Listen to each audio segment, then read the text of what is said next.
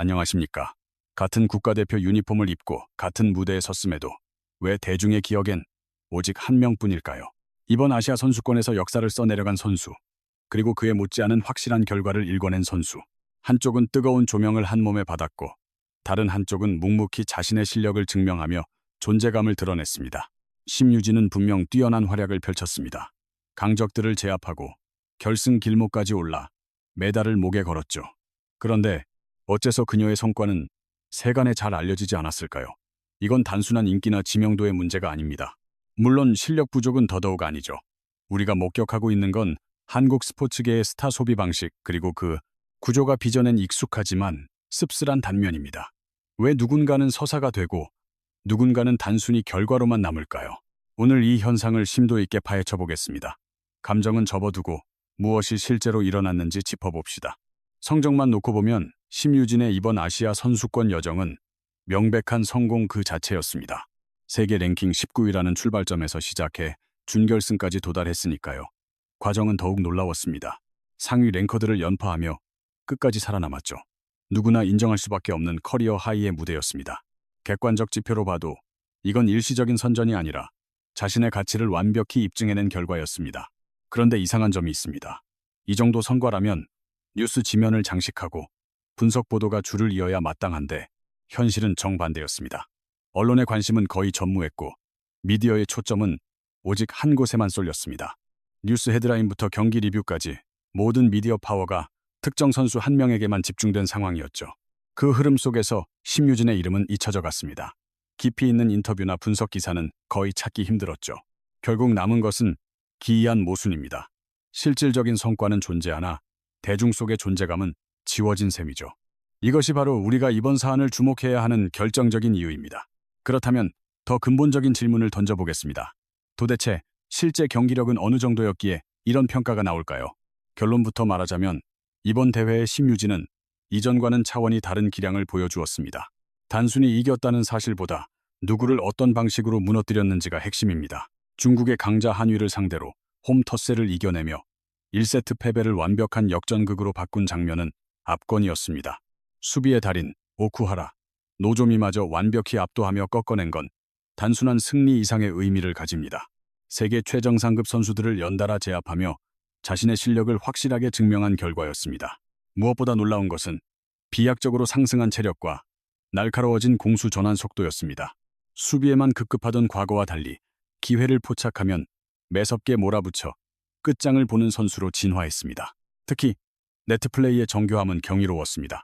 작은 동작 하나로 흐름을 완전히 뒤집는 센스에 전문가들조차 완전히 다른 선수로 거듭났다며 입을 모아 극찬할 정도였으니까요. 그리고 눈에 보이지 않지만 가장 핵심적인 요인, 바로 강인한 멘탈입니다. 중국의 적대적인 관중 응원에도 동요하지 않았고 위기 상황에서도 평정심을 잃지 않았습니다. 묵묵히 제 몫을 해내는 강인함. 그것이 이번 대회 심유진이 남긴 진짜 족적이었습니다. 여기서 다시 본질적인 의문이 듭니다. 왜 이토록 훌륭한 성과를 거두고도 철저히 소외되어야 했을까요? 세계 정상급 선수들을 꺾으며 준결승에 진출했다면 당연히 그에 걸맞은 조명을 받아야 마땅합니다. 하지만 현실은 차가운 침묵뿐이었습니다. 그래서 우리는 본능적으로 의문을 갖게 됩니다. 정말 대중의 관심이 부족해서일까요? 아니면 개인의 매력이나 스타성이라는 요소가 결여된 걸까요? 조금만 깊이 들여다보면 결코 그런 차원의 문제가 아님을 금방 깨닫게 됩니다. 이미 경기력은 충분히 증명되었습니다. 문제는 심유진이라는 선수가 아니라 누구를 띄우고 누구를 조명할지 결정하는 우리 스포츠 미디어의 왜곡된 구조에 있습니다. 결국 모든 답은 하나로 귀결됩니다. 이것은 개인의 역량 문제가 아닌 구조적인 불균형의 결과입니다. 그 중심에 무엇이 있었을까요? 바로 안세영 효과라는 거대한 흐름이 이번 대회를 지배했기 때문입니다. 단 하나의 정점이었습니다. 안세영의 커리어, 그랜드 슬램 달성, 올림픽과 세계선수권, 아시안게임까지 모든 퍼즐이 완성된 순간이었죠. 단순한 우승 그 이상이었습니다. 한국 스포츠사 최초의 기록이자 세계적으로도 좀처럼 보기 힘든 위협이었으니까요. 그렇기에 이 사건은 스포츠 뉴스라는 협소한 울타리를 넘어 사회 전반의 이슈로 급부상했습니다. 이건 스포츠 기사가 아니라 역사의 기록이었죠. 바로 이 지점에서 여론의 물꼬가 터지기 시작합니다. 미디어는 움직였습니다. 하지만 그 방향은 한결같습니다. 가장 자극적이고 가장 강력하며 클릭을 유도할 수 있는 그런 이야기만을 쫓았죠. 결과는 뻔했습니다. 모든 지면이 안세영을 향했고 모든 분석은 안세영이라는 거대한 축을 중심으로 회전했습니다. 렌즈 역시 안세영에게 고정되었습니다. 이것이 자연스러운 현상일까요? 어느 정도는 그렇습니다. 하지만 실상은 훨씬 더 편향적이었죠. 하나의 태양이 모든 별빛을 집어삼키는 격이었습니다. 안세영이라는 압도적인 존재감 앞에서 동료 선수들의 궤적은 희미해질 수밖에 없었습니다. 그렇다면 그 흐름 속에서 심유진은 어떤 위치를 점하게 되었을까요? 답은 간단합니다. 심유진은 주인공이 아니었습니다. 그래서 자연스럽게 조연으로 치부되었습니다. 분명 뛰어난 활약이었음에도 불구하고 그 성과는 결국 누군가의 영광을 극대화하기 위한 도구로 쓰였을 뿐입니다. 결국 남는 결론은 이것입니다. 잘했지만 주인공은 아니었다. 또한 짚어봐야 할 지점이 있습니다. 같은 성적이라도 어떻게 패배했느냐에 따라 그 서사의 결은 완전히 달라지기 때문입니다. 심유진은 이번 대회 준결승까지 진출했습니다. 거기서 만난 상대가 바로 세계 최강 안세영이었죠. 결과는 자명했습니다. 스디슨 패배였죠. 특히 2세트 21대 9라는 점수는 기록상 완패에 가까워 보였습니다. 문제는 여기서 발생합니다. 단순히 경기의 결과로 끝나지 않았으니까요. 언론은 이 장면을 하나의 틀 안에 가두었습니다. 압도적인 기량 차이, 급이 다른 실력 같은 자극적인 수식어들이 소비되면서 경기의 본질은 단순화되었습니다. 준결승까지 도달한 과정과 강적을 제압했던 투혼은 잊히고 오직 하나의 잔상만이 남았습니다. 패배한 선수라는 프레임, 성과보다 패배가 더 강렬하게 기억되는 것이죠. 이 낙인은 대중의 기억마저 왜곡합니다. 사람들은 심유진의 선전을 기억하기보다 대신 이렇게 각인하게 됩니다. 안세영에게 무릎 꿇었던 선수라고 말이죠. 이 간극은 상당히 큽니다. 노력은 휘발되고 패배만 남는 구조. 그래서 심유진의 이번 대회는 객관적으로는 성공적이었으나 기억 속에서는 전혀 다른 의미로 재구성되고 만 겁니다. 이제 근본적인 원인을 파헤쳐 봐야 합니다. 이건 특정 대회나 선수 한 명의 문제가 아니기 때문입니다. 한국 스포츠계가 오랫동안 내면화해온 구조적 고질병입니다. 한국 스포츠에는 아주 강한 공식이 존재합니다. 1등만이 가치를 지닌다는 금메달 지상주의죠. 승자만이 이야기의 중심이 되고 그 밖의 성과는 변두리로 밀려납니다. 은메달과 동메달 역시 충분히 값진 성취입니다. 하지만 현실에선 무언가 부족한 결과로 치부되곤 합니다. 그래서 심유진의 동메달은 실질적인 공로에도 불구하고 대중의 뇌리 속에 강렬하게 박히지 못한 것입니다. 여기에 역설적인 상황이 더해집니다. 이번 대회에서 한국은 3개의 금메달을 휩쓸었습니다. 국가적 차원에서는 더할 나위 없는 성공이죠. 하지만 그 거대한 전체의 성공이 개별 선수의 빛을 오히려 희석시키는 결과를 낳았습니다. 모든 것이 화려할 땐 개개인의 서사는 묻히기 마련입니다. 심유진의 동메달조차 대단한 성과가 아닌 당연한 결과로 받아들여지죠. 마지막으로 가장 현실적인 요소가 남았습니다. 개인의 브랜드 가치입니다. 심유진은 화려한 퍼포먼스를 즐기지 않습니다. 차분하고 내향적이며 SNS상의 자기 과시도 적습니다. 즉, 미디어라는 시장에서 상품화되기 어려운 유형이죠. 오늘날 스포츠는 실력만으로 평가받지 않습니다. 서사, 개성, 캐릭터라는 3가지 요소가 맞물려야 대중에게 각인됩니다. 결론은 명확해집니다. 이야기가 없는 선수는 외면당합니다. 가혹하지만 이것이 현재 스포츠 산업의 냉정한 메커니즘입니다. 그리고 심유진은 그 척박한 구조 속에서 자신의 한계를 가장 조용하고도 확실하게 증명한 사례가 된 셈입니다. 이 사안을 심층적으로 들여다보면 누가 더 유명한가의 싸움이 아니라 우리가 스포츠를 어떻게 소비하고 기억하는지에 관한 철학적 구조와 마주하게 됩니다. 한국과 해외의 차이는 단지 취향의 차이가 아닙니다. 사실 관점의 차이입니다. 이야기를 풀어내는 핵심 가치가 어디에 있느냐가 다르죠. 해외 사례를 보면 종목 자체보다는 인물에 주목합니다. 어떤 스포츠냐에 관계없이 선수 개인이 지닌 독특한 매력과 역경을 이겨낸 서사가 있다면 그 선수 자체가 독보적인 브랜드로 거듭납니다. 이로 인해 모든 매치가 단순히 이기고 지는 문제를 넘어 한 인간의 일대기로 그려지게 됩니다. 이런 환경에서는 우승자가 아니더라도 주목받을 수 있습니다. 그들에게 매겨진 등수보다 각자가 품은 고유한 이야기에 집중하기 때문이죠. 반면 우리나라는 전혀 상반된 기조를 보입니다. 여전히 종목에 위상이나 성적에만 집착하는 경향이 뚜렷합니다. 선수의 인간미보다는 해당 종목에서 어떤 성과를 거두었는지를 우선시합니다. 이러한 잣대는 결국 단 하나의 결론으로 이어지곤 합니다. 바로 최고의 성취를 이룬 주인공 한 명에게 모든 스포트라이트가 쏠리는 현상입니다. 보도 자료부터 중계 화면, 심층 분석까지 전부 한 사람에게만 집중됩니다. 이는 의도적인 선택을 넘어선 일종의 고착화된 관습입니다. 오직 승자에게만 매몰된 시스템이죠. 여기서 부작용이 생깁니다. 물론 이런 방식은 임팩트 있는 서사를 단번에 구축하기엔 효율적이지만 그 이면에서 수많은 다른 가능성들을 지워버리는 결과를 초래합니다. 결국 늘 비슷한 양상이 되풀이되죠. 뛰어난 기량의 2인자도 가려지기 일쑤고 3인자는 아예 잊힙니다. 기록은 존재할지언정 그들의 삶은 증발하는 셈입니다. 이번 심유진 선수의 경우가 딱 그렇습니다.